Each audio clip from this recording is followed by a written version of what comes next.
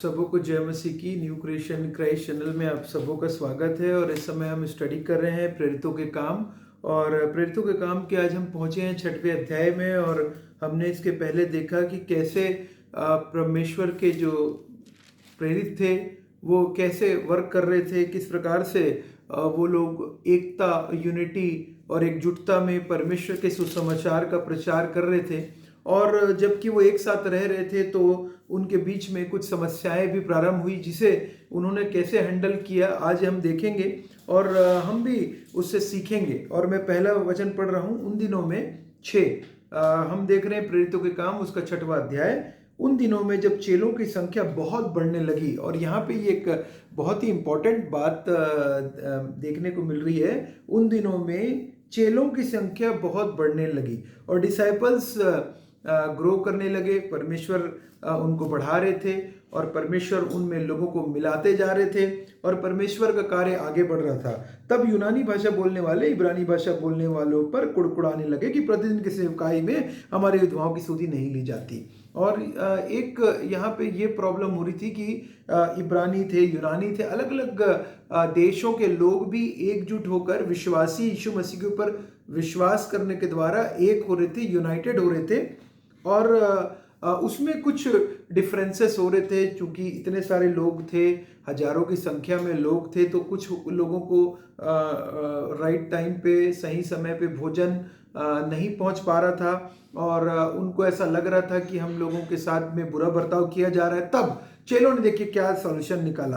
तब उन 12 ने चेलों की मंडली को अपने पास बुलाकर कहा, यह ठीक नहीं कि हम परमेश्वर का वचन छोड़कर खिलाने पिलाने की सेवा में रहें। और देखिए, हम जानते हैं 12 चेले, यीशु मसीह के 12 चेले, डिसाइपल्स, 12 डिसाइपल्स, जिनको हम एपोस्टल्स भी बोलते हैं। और ये प्रभु यीशु मसीह के प्रेरित जिनको कहा जाता है, 12 प्रेरित। ये 12 प्रेरित ने ये डिसाइड किया कि ये जो इनके जो अंदर की जो चर्च के जो कलीसिया के अंदर की जो समस्या है, इसको सुलझाने के लिए हम कुछ ऐसे लोगों का चुनाव करेंगे, 7 लोगों का चुनाव करेंगे जो पूरी तरीके से परमेश्वर के सामर्थ्य में रेस्पेक्टेड हो, फुल ऑफ स्पिरिट, परमेश्वर का आत्मा से परिपूर्ण हो और बुद्धि से परिपूर्ण हो। उन्होंने ये डिसाइड किया ताकि रिस्पॉन्सिबिलिटी का डेलीगेशन एक बहुत ही महत्वपूर्ण आपके और मेरे जीवन के लिए एक सबक है। याद रखिएगा, डेलीगेशन ऑफ रिस्पॉन्सिबिलिटी। और यहाँ पे देखिए, यह ठीक नहीं कि हम परमेश्वर का वचन छोड़कर, और ये चेले बहुत ही क्लियर हैं कि उनकी जो कॉलिंग है, उनकी जो बुलाहट है, वो है वचन को सुनाने के लिए, वचन का प्रचार करने के लिए, वचन की बातों को एक्सप्लेन करने के लिए। ये कॉलिंग थी 12 एपोस्टल्स की, 12 प्रेरितों की, यीशु मसीह के ओरिजिनल जो पहले 12 चेले जो यीशु मसीह ने जिनको बनाया था। और उनका ये बहुत ही क्लियर मानना था कि हम जो है नॉट रनिंग फूड प्रोग्राम, जो फूड प्रोग्राम में हम डे टू डे एक्टिविटी में, डे टू डे के समस्या के समाधानों में हम नहीं टाइम दे सकते। लेकिन हमको तो अपना टाइम किस में देना है? हमको तो अपना जो समय है वो देना प्रार्थना में और वचन की सेवा में लगे रहेंगे। और यहाँ पे बाइबल कह, परंतु हम तो प्रार्थना में और वचन की सेवा में लगे रहेंगे। तो ये प्रायोरिटी उनको, आपको भी सेट करनी पड़ेगी कि जो गिफ्ट आपको परमेश्वर ने दिया है, आप उस गिफ्ट को, एबिलिटी को, आपको बुद्धि और ज्ञान जिस एरिया का एक्सपीरियंस दिया गया है, उसको परमेश्वर के राज्य के लिए आपको भरपूरी के साथ इस्तेमाल करना है। अगर आपको स्पीकर बोलने का दिया गया है तो आप उस पर ज़्यादा फोकस करिए और बेस्ट बनने की कोशिश करिए। अगर आपको मैनेजमेंट करने का दिया, चर्च में एडमिनिस्ट्रेशन का दिया गया है, या किसी प्रकार के भी एडमिनिस्ट्रेशन में आप अभी वर्क कर रहे हैं, आप एडमिनिस्ट्रेशन के काम को वर्क बेस्ट करिए। टीचिंग के क्षेत्र में है, कोचिंग के क्षेत्र में, आप उसमें अपने आप को एक्सपर्ट और बेस्ट करें। और डेलीगेशन करना रिस्पॉन्सिबिलिटी का बहुत इंपॉर्टेंट है, क्योंकि जब कार्य बड़ा होता है तो आप अकेले कार्य नहीं करते। लेकिन जब काम डिस्ट्रीब्यूशन किया जाता है तो वो प्रॉपर वे में होता है। और यही मैनेजमेंट है, और यही मैनेजमेंट फंडा है जो उस समय चेलों ने अपनी जवाबदारी, रिस्पॉन्सिबिलिटी डेलीगेशन किया। और डेलीगेट किसी को भी नहीं करना है, रिस्पॉन्सिबिलिटी डेलीगेट करना है पूरे ईमानदारी से जो लोग कार्य कर रहे हैं, सोच समझकर विचार स्ट्रेटजिकली उन्होंने चूज किया। यह ठीक नहीं कि हम परमेश्वर का वचन छोड़कर खिलाने पिलाने की सेवा में रहें। ये कोई भी काम छोटा और बड़ा नहीं है, लेकिन सब काम इंपॉर्टेंट है। इसीलिए चेले चाहते थे कि वो भी अच्छे से काम हो। इसलिए हे भाइयों, तुम में से 7 सुनाम पुरुषों को जो पवित्र आत्मा और बुद्धि से परिपूर्ण हो चुन लो। और यहाँ पे बाइबल कह रही है कि ऐसे लोगों को वेल रेस्पेक्टेड, यहाँ बाइबल इंग्लिश बाइबल कह रही है well respected, 7 Sunam, well respected, जिनका अच्छा नाम हो, फुल ऑफ स्पिरिट। दूसरा, पुरुषों को जो पवित्र आत्मा और बुद्धि से परिपूर्ण है। पवित्र आत्मा फुल ऑफ स्पिरिट और full of wisdom, understanding, knowledge के साथ में उनको चूज करने बोल रहा है। Not just any people but choosing from वहां पे जो उनकी जगह पे रिस्पॉन्सिबिलिटी को अच्छे से ईमानदारी से कर सकें। डेलीगेशन जो किया गया, जो उनको जवाबदारी सौंपी गई उसको वो कार्य कर पाए। और वचन कह रहा है सेवा में लगे। हम तो प्रार्थना में और वचन की सेवा में लगे रहेंगे। चेलों को बहुत क्लियर था, यह बात सारी मंडली को अच्छी लगी और उन्होंने चुन लिया 7 लोगों को। मैं नाम ले रहा हूं 7 लोगों। स्तिफनुस, जिसके बारे में हम जानते हैं कि कैसे वो परमेश्वर के लिए पहला उसने जब परमेश्वर के सुसमाचार का प्रचार जब किया तो उसे पथराव किया गया और वो परमेश्वर के लिए शहीद हो गया। और उसी प्रकार से हम देखते हैं स्तिफनुस नाम का एक पुरुष जो विश्वास और पवित्र आत्मा से परिपूर्ण था।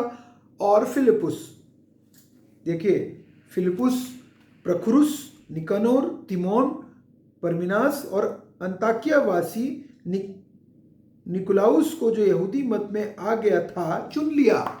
और परमेश्वर ने चुन लिया।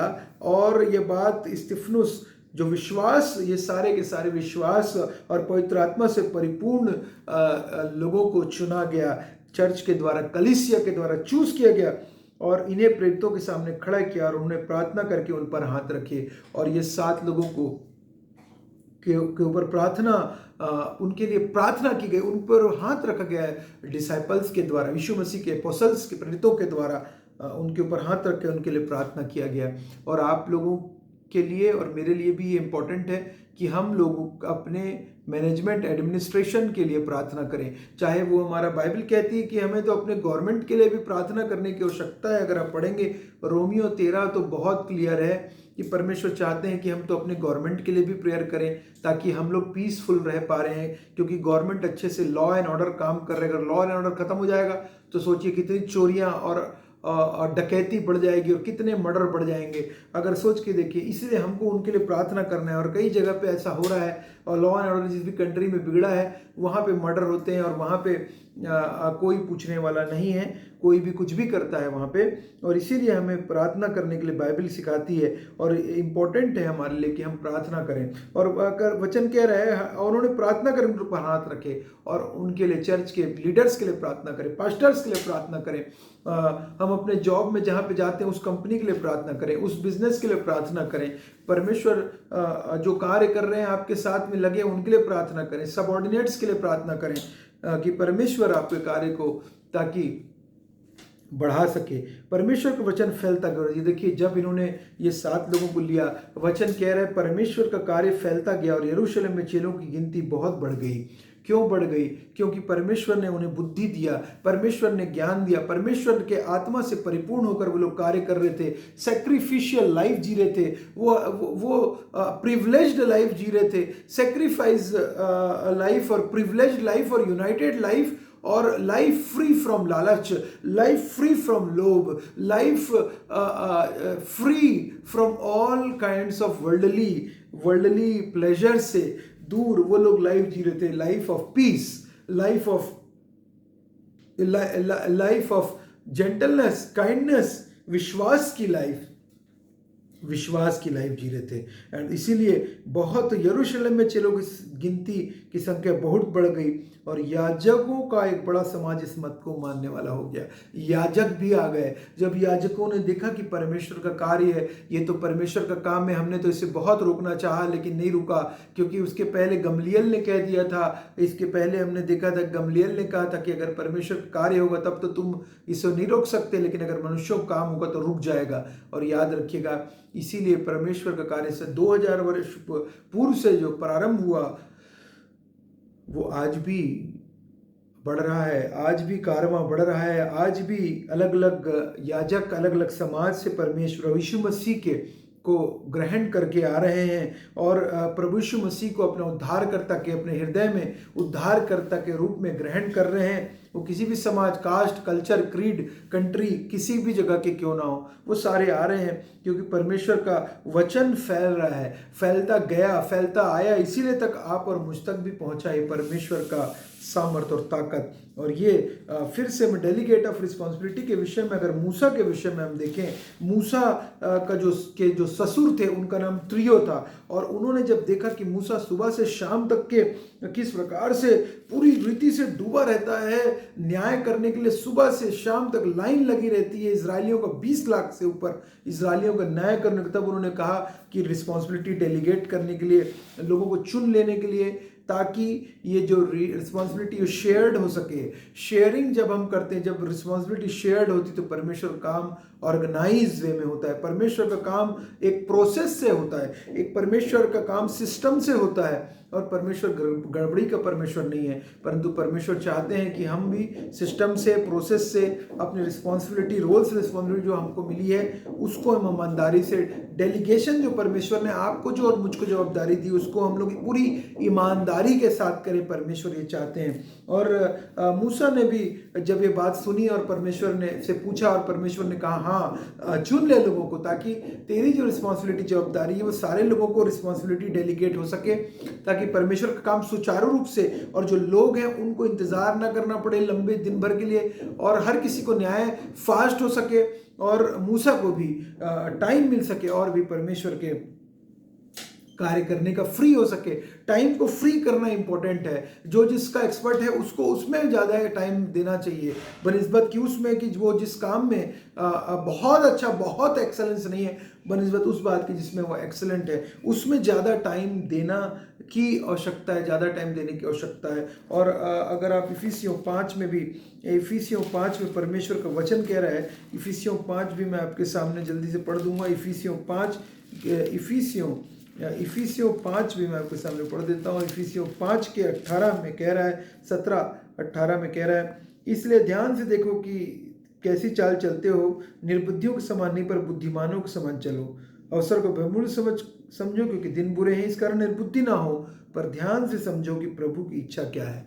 ध्यान से समझो, इंग्लिश बाइबल कह रही है don't act thoughtlessly but understand what Lord wants you to do.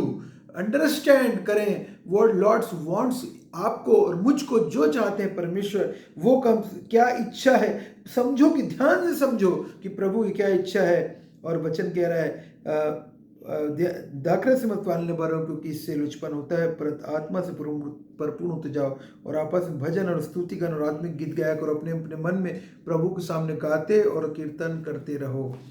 ये परमेश्वर चाहते हैं, that is God's will for us. ये परमेश्वर की इच्छा आप और मेरे लाइफ के लिए है। और ये वचन हमको प्रेरितों के काम का सिखाता है कि जिस प्रकार से उन्होंने अपनी जवाबदारी निभाई, आपको जो रिस्पॉन्सिबिलिटी परमेश्वर ने दी है, आपको जो मिली हुई है, चाहे वो आपके किसी भी फील्ड से आपकी लाइफ के रिलेटेड हो, परमेश्वर चाहते हैं कि आप उसको बेस्ट वे में करें।